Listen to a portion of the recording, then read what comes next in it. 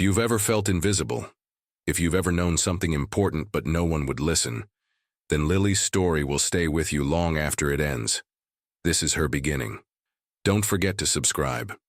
The waiting room of St. Mary's Community Hospital always smelled the same, antiseptic mixed, with burnt coffee and something faintly sweet, like the candy jar no one ever touched. To most, it was just a place to wait. To Lily, it was a world that never stopped moving, a place where people came broken and sometimes left whole again. She sat in her usual corner, legs swinging beneath a plastic chair too big for her small frame. She was 6, too young to spell half the words she read, yet old enough to understand when grown-ups stopped believing in miracles. Her mother worked here. 2 shifts, sometimes 3, mopping floors and emptying trash bins while Lily waited. Most kids would have been bored. Lily wasn't. She watched. She watched the nurses check clipboards with tired eyes. She watched doctors rush past, stethoscopes swinging like pendulums, and she watched the patients, especially the ones who came in afraid and left smiling, or the ones who didn't leave at all. Those were the cases that made her lean forward, listening harder. Today, something felt different. The rhythm of the hospital shifted, the kind of hush that falls when something serious rolls through the doors. The air changed. Even Lily felt it. A woman was wheeled in on a stretcher, her breathing shallow and uneven. Lily couldn't see her face clearly, but she heard the whispers. Unexplained symptoms. We've run every test. Nothing makes sense. The woman's name was Mrs. Harper. Lily had seen her before, months ago, sitting alone in the waiting room, hands trembling as she filled out forms. No family, no visitors, just silence. Now she was back, and this time she looked worse. Lily slid off her chair and crept closer, hiding behind a magazine rack. She could see Mrs. Harper's arm now, covered in angry red spots, spreading like wildfire across her pale skin. The nurses exchanged worried glances. One of them, Nurse Carmen, shook her head. It's not an infection. Antibiotics did nothing. Dr. Patel leaned in, frowning. Could be an allergic reaction, but to what? Lily's fingers tightened around the edge of the magazine rack. She'd seen something like this before. Not in person, but in one of the old medical books left in the staff lounge, the ones with cracked spines and yellowed pages that no one read anymore. She'd memorized the pictures, the descriptions, the warnings. But would anyone believe a 6-year-old? Her mother appeared at the end of the hallway, pushing a cleaning cart. She spotted Lily and waved her over, but Lily hesitated. Her eyes stayed locked on Mrs. Harper, on the rash spreading like a secret no one could solve. Dr. Patel straightened up, sighing. We'll monitor her overnight, run more tests in the morning. Lily bit her lip. Overnight might be too late. She wanted to speak, but her voice caught somewhere between her heart and her throat. What if they laughed? What if she was wrong? But what if she was right, and no one listened? She took a breath and stepped forward. Excuse me. No one turned. Machines beeped. Pens scratched paper. She swallowed hard and tried again. Excuse me. I think I know what's wrong. This time, the sound seemed to freeze the air. The nurse's pen stopped mid-stroke. A monitor beeped once, then fell silent, and every pair of eyes turned toward the little girl clutching a notebook almost bigger than her. Hands. Nurse Carmen blinked. Lily? Sweetheart, you shouldn't be. I know what's causing the rash, Lily said, her voice trembling but steady. I've seen it before. Dr. Patel's expression shifted, not quite belief, but something close to curiosity. Or maybe pity. What do you mean you've seen it? Before? Lily opened her notebook. Inside were dozens of pages, scribbled notes, copied diagrams, underlined passages from books she wasn't supposed to understand. But she did. And now she had to make them see it too. She didn't know it yet, but that single moment, that whisper of courage in a room, full of doubt, would change more than one life before morning. Dr. Patel looked down at the notebook in Lily's hands. A child's scrawl of medical terms and diagrams that shouldn't have made sense to anyone her age. Lily, he said gently, crouching to her level. This is very serious. Mrs. Harper is very sick. We appreciate your interest, but it's photosensitivity, Lily interrupted, her voice small but firm. From her medicine. The book said some pills make skin react to sunlight. She has the spots where the sun touches her. Nurse Carmen's expression softened with something close to sympathy. She glanced at Dr. Patel, then back at Lily. Sweetheart, we've already checked her medications. There's nothing that… Did you check all of them? Lily asked. Even the old ones? The ones she might have taken before? The room fell quiet. Dr. Patel straightened slowly, his brow furrowing. He walked back to Mrs. Harper's bedside and picked up the chart. His finger traced down the list of current medications, then stopped. Carmen, he said quietly, pull her full medical history. Everything from the last 6 months. Nurse Carmen hesitated, then nodded. As she turned toward the computer, Lily felt her mother's hand on her shoulder, firm, pulling her back. Lily, now, her mother whispered, urgent and embarrassed. You can't interrupt the doctors like this. But Lily didn't move. She couldn't, because she'd seen the flicker in Dr. Patel's eyes, the smallest crack in his certainty. He was listening. Nurse Carmen's fingers flew across the keyboard. The monitor's glow reflected in her tired eyes as she scrolled through screens of data. Then she stopped. Doctor, there is something. Dr. Patel leaned over her shoulder. What?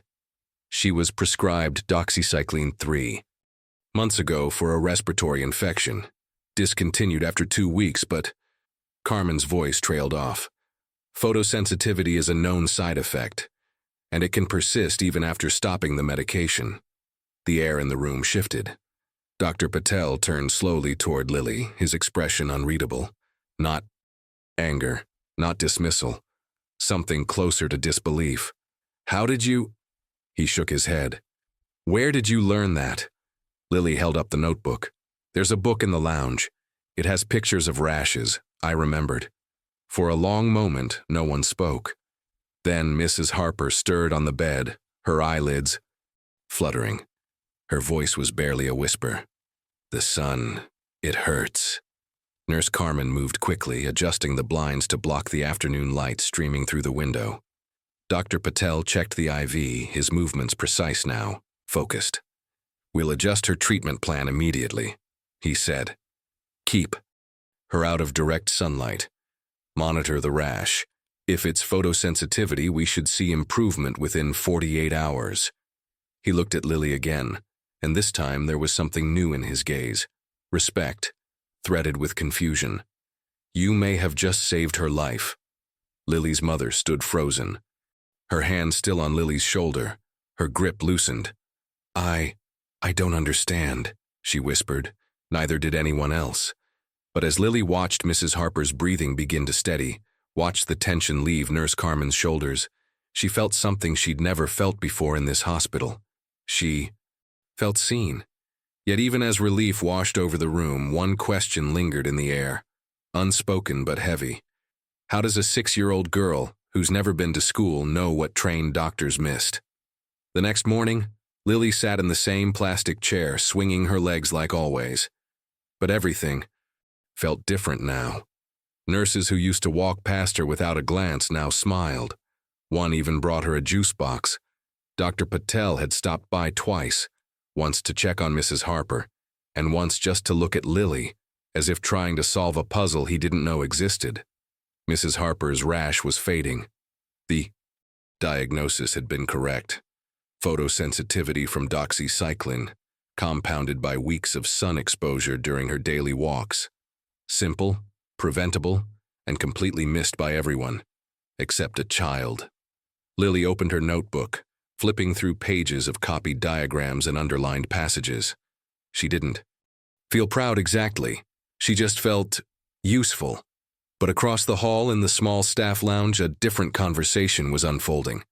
I still don't understand it, Nurse Carmen said, pouring herself a third cup of coffee. She's 6. How does she even know those words? Dr. Patel sat at the table, staring at the old medical textbook Lily had mentioned. Clinical Dermatology, 4th edition. Its pages were dog-eared and stained. He'd found it buried under a stack of outdated magazines.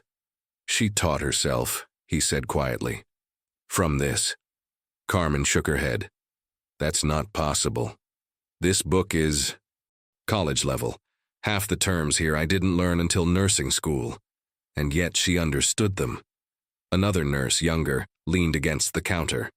"Maybe her mother's been teaching her. She works here, right?" Dr. Patel closed the book slowly. "Her mother cleans floors. She works 70 hours a week just to keep the lights on." The room went quiet. "Then how?" Carmen's voice trailed off. Dr. Patel didn't answer, because he didn't know. But there was something else, something that had been nagging at him since yesterday.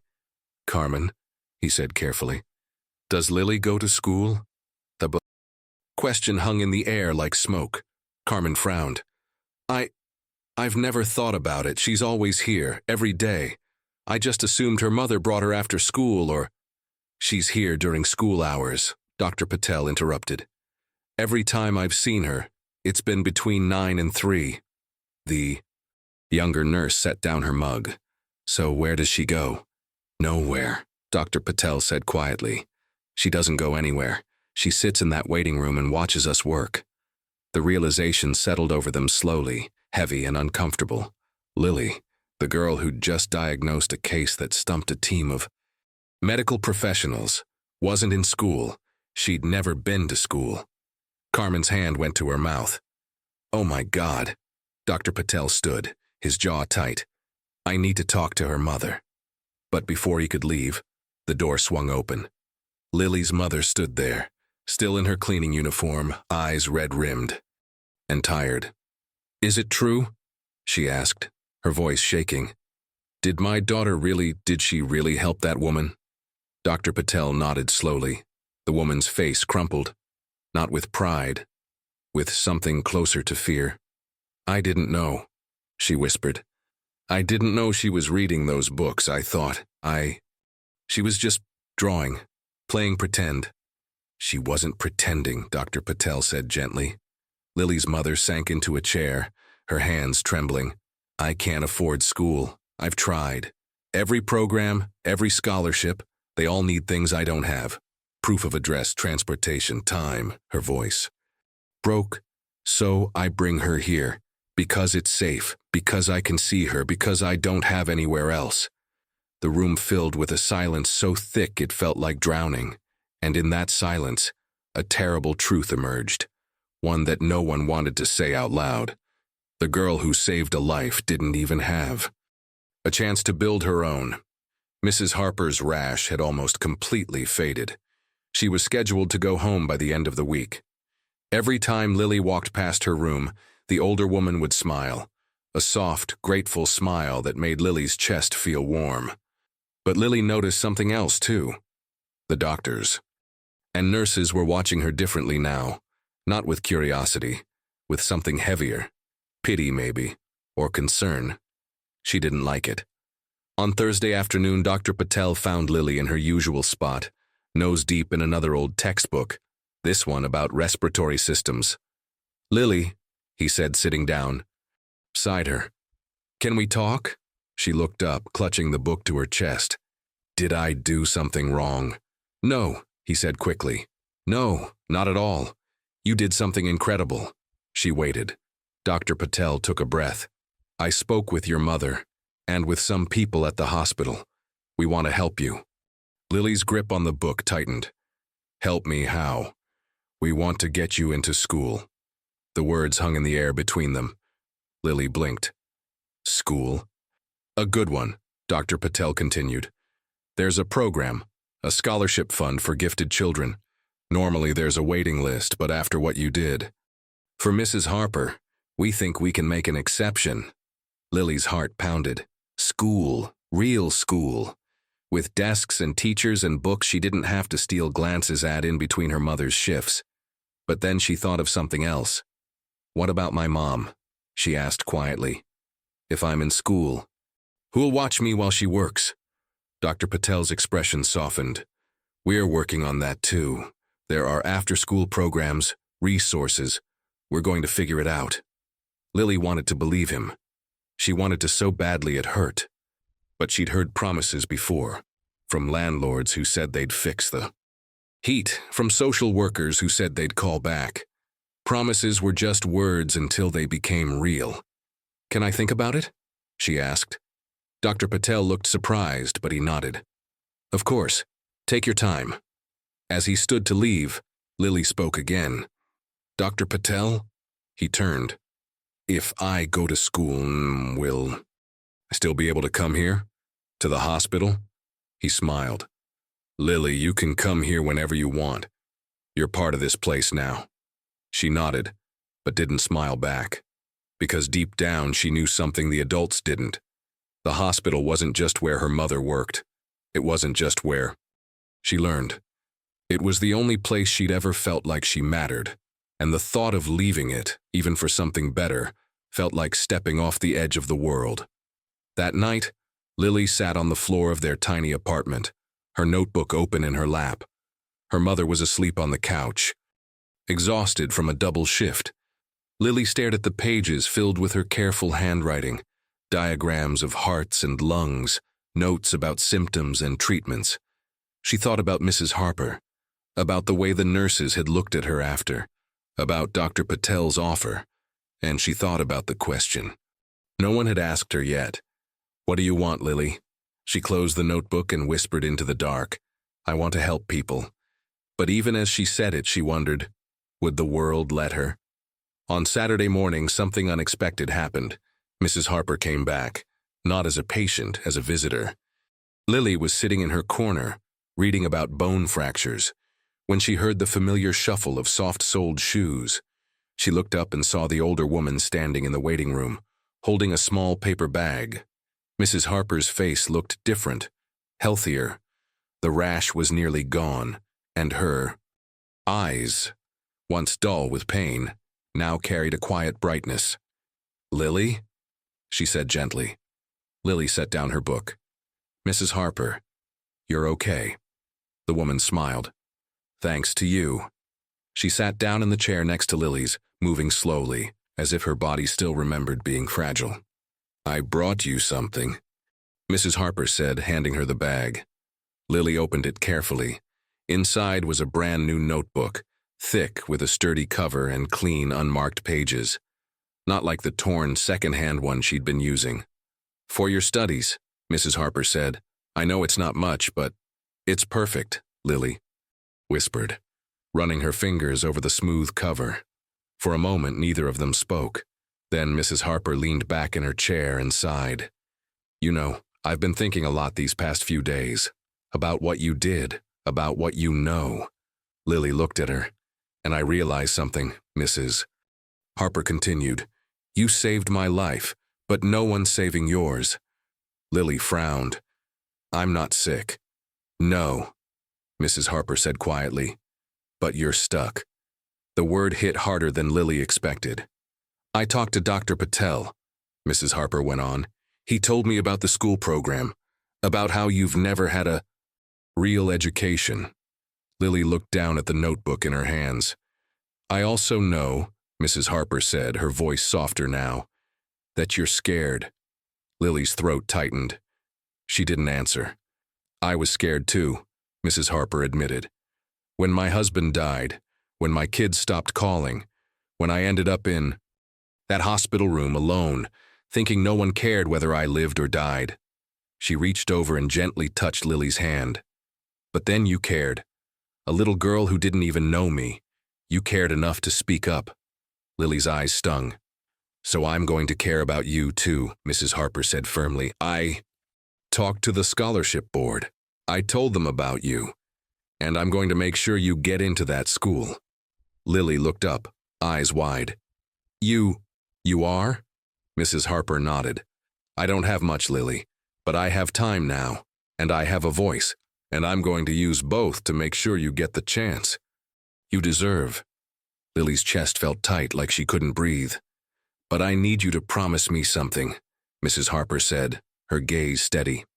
"What?" "That you'll let people help you, that you won't be afraid to take up space. Because the world needs people like you, Lily.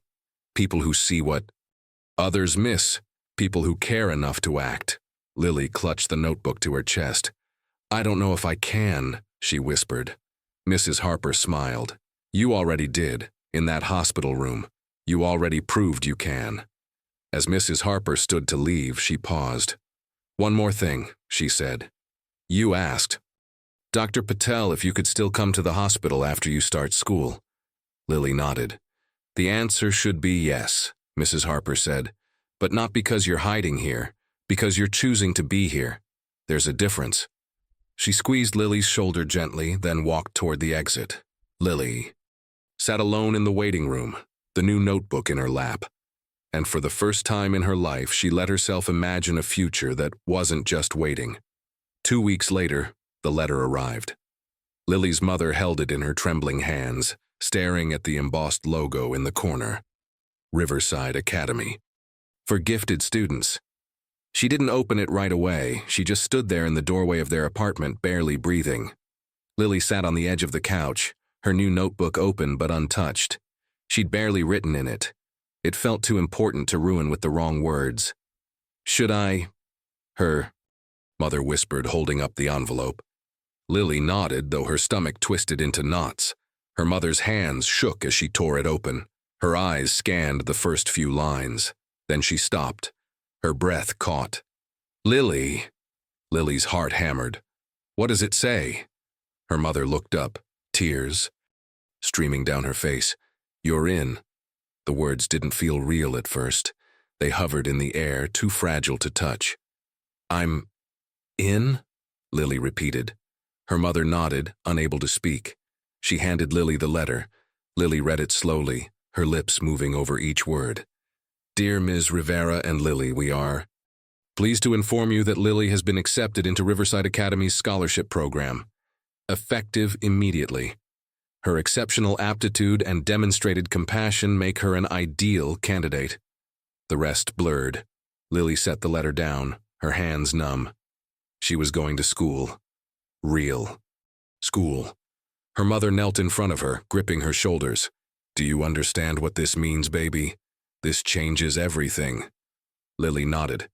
But inside, a strange feeling churned. Not quite joy, not quite fear. Something in between. When do I start? She asked. Her mother checked the letter. Again. 2 weeks. They're providing books, uniforms, everything, and there's an after-school program so you won't be alone while I work. Lily tried to smile. She knew she should feel happy, grateful, but all she could think about was the hospital, the waiting room, the nurses, Dr. Patel, Mrs. Harper, the place where she'd felt like she belonged. Can I still visit? She asked quietly. The hospital. Can I still go? Her mother's expression softened. Of course, sweetheart. Whenever you want. But even as she said it, Lily knew it wouldn't be the same. School would have homework. Projects, new people, a new rhythm. The hospital would become a memory. That night, Lily couldn't sleep. She lay in bed, staring at the ceiling, the acceptance letter folded carefully on her nightstand. She thought about what Mrs. Harper had said. You're choosing to be here. There's a difference. Maybe that was the part that scared her most. What if she went to this new school and discovered she didn't belong there either? What if the only place she'd ever felt smart, ever felt useful, was somewhere she'd just been? Waiting. The next morning, Lily went to the hospital one last time before. Everything changed. She walked through the familiar halls, past the nurse's station, past the room where Mrs. Harper had been. Dr. Patel saw her and waved her over. I heard the news, he said, grinning. Congratulations, Lily.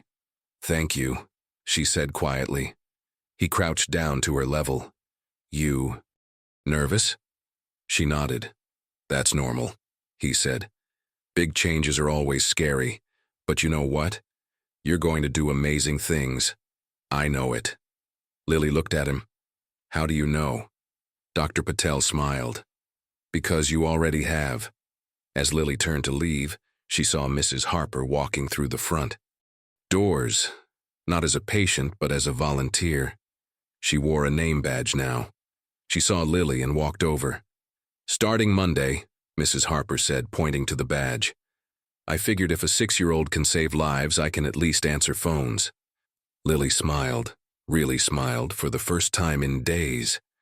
You're going to be great, Mrs. Harper said. At school, at everything. Lily hugged her notebook tight. I hope so. Mrs. Harper knelt down, her voice firm but gentle. Hope isn't enough, Lily. You have to believe it. And as Lily walked out of the hospital that day, she whispered the words to herself. I have to believe it. The first day of school felt like stepping into a different world. Lily stood outside Riverside Academy, clutching her new notebook and wearing a uniform that still smelled like plastic packaging. Other kids streamed past her, laughing, chatting, completely comfortable in a place that felt enormous and overwhelming. She took a breath and walked inside. The classroom was bright, too bright. Rows of desks, each with a name card. Hers was in the second row, Lily Rivera. She slid into her seat, setting her notebook down carefully. Around her, kids whispered and giggled. A boy next to her glanced over. You're new, he said. Lily nodded. Where'd you go before? She hesitated. I didn't. The boy's eyes widened. You've never been to school? Before Lily could answer, the teacher walked in, a woman with kind eyes and graying hair. She smiled at the class. Good morning. Everyone, I'm Mrs. Callahan. Welcome to 4th grade. 4th grade. Lily had skipped 2 grades to be here. The school had tested her and found she could read at a 7th grade level, do math beyond her years. But sitting in that room, surrounded by kids who'd grown up in classrooms, she felt impossibly small. Mrs. Callahan started the lesson, something about ecosystems. Lily tried to focus, but her mind kept drifting. She thought about the hospital, about the smell of antiseptic, about the rhythmic beeping of monitors. She thought about Mrs. Harper's smile, Dr. Patel's proud nod. Lily? She blinked. Mrs. Callahan was looking at her. Can you tell us what a symbiotic relationship is? The room went quiet. Every eye turned toward her. Lily's throat tightened. She knew the answer. She'd read about it in one of the old textbooks. But the word stuck. It's when 2 things help each. Help? Other, she said quietly. Like how flowers need bees to spread pollen, and bees need flowers for food. Mrs. Callahan smiled. Exactly right. The boy next to her looked impressed. Another girl whispered, How'd she know that? Lily looked down at her notebook, cheeks warm. Because I taught. Myself, she wanted to say. Because no one else did. But she stayed silent. At lunch, Lily sat alone at the edge of a long table. She opened the lunch her mother had packed, a sandwich and an apple. Simple, familiar. Across the cafeteria, groups of kids laughed and traded snacks. They looked so easy with each other, like belonging was something they'd always known how to do. Lily took a bite of her sandwich and opened her notebook. Inside, she'd started writing something new. Not medical notes, not diagrams, a list. Things I want to learn. How to talk to people my age. How to not feel scared. All the time, how to be more than the girl who got lucky once. She stared at the words. Then slowly, she added one more. How to believe I deserve to be here. Hey. Lily looked up. A girl with dark braids stood beside her holding a lunch tray. Can I sit? Lily blinked, surprised. Okay. The girl sat down. I'm Maya. I heard Mrs. Callahan say you're new. Yeah, Lily said quietly. Maya tilted her head. You seem really smart. Like, scary smart. Lily didn't know what to say to that. It's cool, Maya continued. My brother's like that. He reads all the time. Drives me crazy, but he knows everything. Lily relaxed just a little. I like reading too. What do you read about? Lily hesitated. Medical stuff, mostly. Maya's eyes widened. Like doctor stuff? Lily nodded. That's awesome, Maya said. I can't even spell half the stuff in our science book. For the first time all day, Lily smiled. Maybe this place wasn't so impossible after all. That afternoon, when her mother picked her up, Lily didn't say much, but she held her notebook a little less tightly. "How was it?" her mother asked. "Different," Lily said.